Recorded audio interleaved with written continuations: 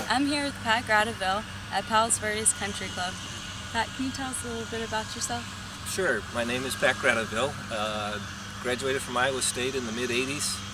Worked with Pete and Perry Dye out of college at Kohler at the Black Wolf Run courses. After that, I went to New Jersey. We did a renovation on a golf course in northern New Jersey, and then went overseas and built a golf course in South Korea, 100 kilometers south of Seoul. After that, we went back to Denver. My wife and I had our first child, and then it was off to Singapore. We built a golf course near the airport in Singapore, and then came to California, worked at a Dye course over in Los Alamitos, and I've been at Palos Verdes for about 14 years. Wow. Okay, so you've been all over the world. Seen a lot. Yeah.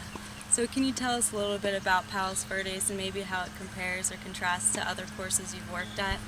One of the greatest places in the world. Our weather is phenomenal, very coastal influential. If we hit 80, it's a real hot day for us. We get a lot of coastal fog. One of our biggest challenges is probably sunlight, because we have so much fog being along the coast and clouds and so forth. Very low disease pressure because we get a pretty good sea breeze in the afternoons, late morning, afternoon, so it's fairly dry, so we don't see a whole lot of disease pressure. Kikuyu grass is our predominant species that we have, which is a little unusual. Not a lot of kikuyu grass in the world. It actually came from Australia. And greens are poa bent, and then the fairways are predominantly kikuyu grass. The roughs are kikuyu with some ryegrass, and tees are mostly bent grass. Okay. So you said one of your problems is sunlight. So how do you deal with that? We've actually started using quite a few more amino acids, and the amino acid does a great job with photosynthesis. Just helps the plant get through the stress times of lack of sunlight. It's almost like cheating with sunlight. Sunlight in a bottle, I like to say. Oh wow, okay, cool. So was it hard to adjust to being able to maintain the kikuyu grass and these greens, or mostly like where are all your other courses that you've been at? I was in construction in the early, Black Wolf, I was the assistant superintendent.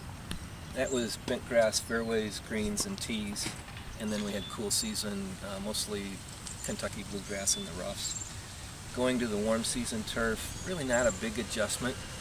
Biggest adjustment is probably just the fact that we're 365, 24/7. It just doesn't stop out here. Jeez. That's, it's probably difficult to maintain 365 days a year, especially with tournaments such as this big college tournament now. So what do you do to prepare for this?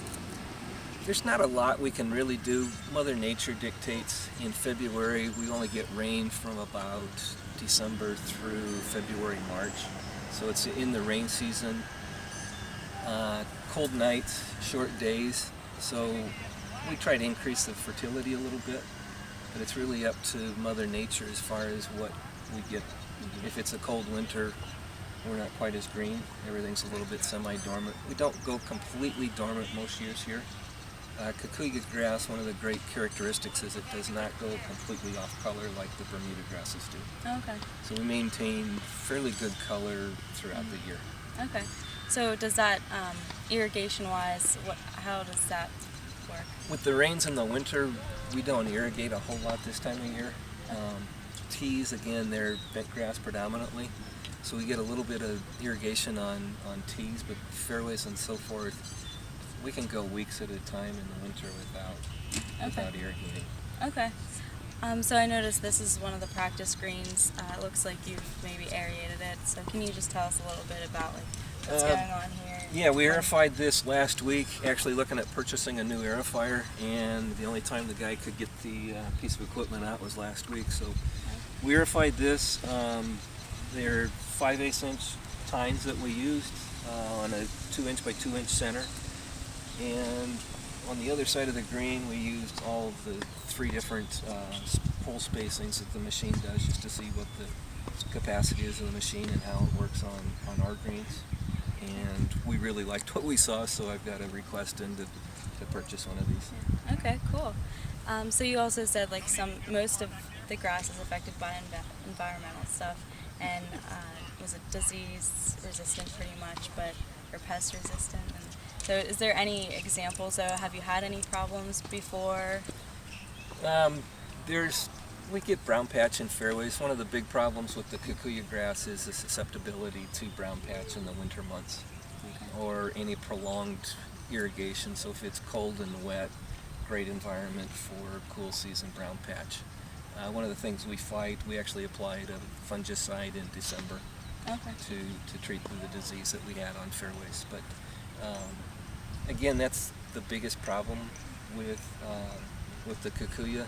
Gray leaf spot has been an issue in years past, but we've learned a lot about that disease. So if you can keep the salts down, the disease doesn't seem to do quite as bad. Okay. All right. So this is also kind of for golfers as well. So we're just wondering, what's something that irritates you maybe the most that golfers do, that you wish you could tell every golfer out there? Just leave the golf course in a better position than when you walked onto it. This morning we had everything in great shape. Walking several of the greens, we've got probably 50 members out playing before the tournament today. And all I saw was ball marks and divots and fresh ball marks everywhere around the golf course. Splashing sand onto the green, not raking the bunkers properly. I mean, we do everything we can to leave it as perfect as we can.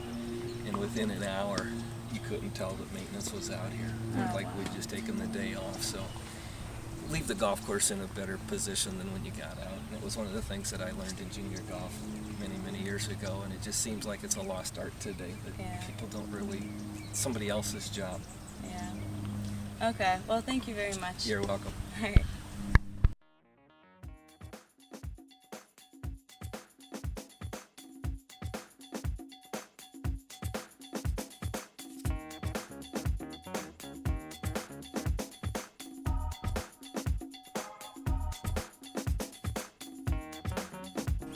Hi, today I'm here with Gentagon Jen Palenzi. Gentagon, do you know much about grass at all? No. No? Do you know what kind of grass this is that we're playing on? Green. Great. Okay. Now we're back in Thailand. She is from Thailand. Do you know what you play on there? It's kind of similar to Florida. Florida is hot, like, you know? Yeah. Yeah, it's kind of same thing as Florida. Okay, so perhaps Bermuda. So when you're playing this week on these greens, are you going to have to adjust in any way to them, or what's your plan going into this week? Just putt. Like, I really don't know about glass. Like, maybe you have to tell me, because I have no idea. Like, do you have to do anything to change? Oh, well, I guess it depends on what kind of player you are and what you like and prefer, so...